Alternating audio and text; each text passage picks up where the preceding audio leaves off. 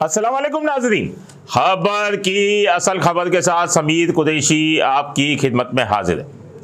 हमने कुछ रोज़ कबल एक प्रोग्राम में बताया था कि थानों के बाहर किस तरीके से या बाहर या छत पे या थानों के अंदर गाड़ियों का कब्रिस्तान बना हुआ है। वो तो छोड़ दें, जो गाड़ियां चोरी या छीनी जा रही थी उनके मैसेज तक पास नहीं हो रहे, क्योंकि स्ट्रीट क्राइम में कमी दिखानी है।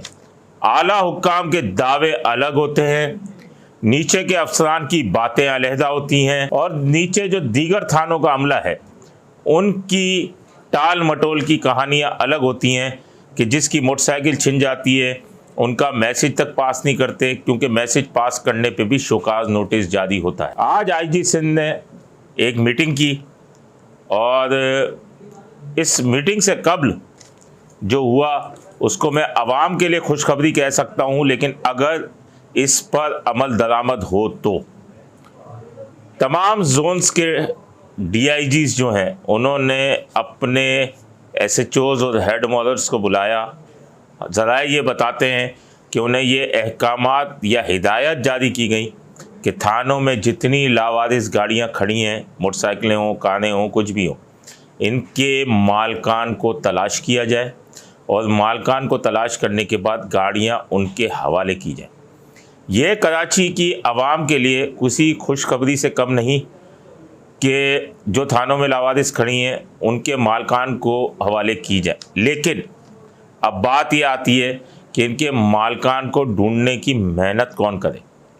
पहले तो ये चेक कौन करे, एफआईआर होंगी तो मालकान तक तो पहुंच जाती, एफआईआर है ही नहीं, मैसेज ही पास नहीं करते, तो जो लावारिस मिली हैं उनके भी पुर्जे गायब हो चुके होंगे कि वो मालिक भी सोचता है कि अब इसको उठाने से बेहतर है नई ख़रीद लें, क्योंकि इसको बनाने में भी इतना ही खर्चा है।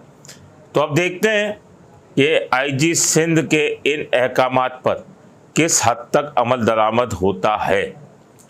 इसके अलावा आवाम के लिए एक और दूसरी खुशखबरी, वो खुशखबरी ये है, आईजी सिंध ने गुज़िश्ता रोज़ एक मीटिंग की। उस मीटिंग में तमाम डीआईजीज, एडिशनल आईजी, जो भी मीटिंग के अंदर जो उनका अमला था वो मौजूद था, और उस मीटिंग में उन्होंने हिदायत जारी की कि मोटरसाइकिल, कार, कीमती अशिया जो चोरी हों फौरी तौर पर उसका एफआईआर का इंदराज किया जाए। गुलाम नबी मेमन जब एडिशनल आईजी कराची थे तो उस टाइम उन्होंने खुला अहकाम जारी किए थे, जिसकी मोटरसाइकिल या कोई चीज़ छीने एफआईआर करें, तो थाना मजबूर था एफआईआर करने के लिए। अब आईजी सिंध ने ये अहकामात एक बार फिर जारी किए। देर की, कहते हैं ना, देर आयत दुरुस्त आयत। अब फिर अहकामात जारी किए उन्होंने और कि मुकदमा दर्ज किया जाए। बड़ी बात है कि साल का आखिरी महीना चल रहा है, इस साल के अंदर वारदातें इस हद तक हो गई कि पिछली वारदातें भी क्रॉस हो चुकी होंगी, पिछले साल की वारदातें। लेकिन अब जो है ये वारदातें कवर तो नहीं हो सकती, लेकिन कम तो दिखा दी गई हैं। अब पिछले साल के आदाद व शुमार बताए जाएंगे, अल्फाजों का आदाद व शुमार का गोरख धंधा जिस तरह हमारे बजट में खेला जाता है, इस तरह से इसमें भी खेला जाएगा कि पिछले साल 10 सालों के मुकाबले में इतना हुआ, 5 सालों के मुकाबले में इतना हुआ। लेकिन जो आईजी सिंध के अच्छे इकदाम हैं उनकी तारीफ़ करनी चाहिए कि ये उन्होंने अच्छा इकदाम किया। अब इस पर अमल दरामद होता है या नहीं होता ये देखना है। तो यहाँ तो कच्ची पर्ची काट के पुलिस दे देती है और उसके बाद सीपीएलसी में चेक किया जाए तो इंदराज ही नहीं होता उसका। तो ये भी एक बहुत बड़ा मसला है कि ये पहुँचे किस तरह। ये तो हम आपको कुछ दिन बाद ही बताएंगे कि ये कितनी गाड़ियाँ, कितनी मोटरसाइकिलें मालकान तक पहुँची या ना पहुँची। लेकिन अब उन्होंने अहकामात जारी किए हैं कि टाल मटोल, ताखीरी हरबे जो इस्तेमाल करते हैं और जो मुद्दई को हिरासा किया जाता है, अदम ताउन करने वाले पुलिस अफसरान को नौकरी से फारिग किया जाएगा। तो बात यह है कि आपने तो अहकामात जारी कर दिए, अब डीआईजीज, एसएसपीज क्या अहकामात देते हैं कि एफआईआर दर्ज करनी है, नहीं करनी, किस तरीके से लेके चलना है। तो ये एक बहुत बड़ा मसला है। लेकिन दो खुशखबरियाँ आवाम के लिए ये हैं जो हमने बताई हैं।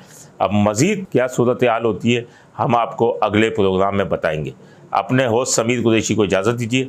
अल्लाह निगहबान। Z110 न्यूज़, खबर की असल खबर।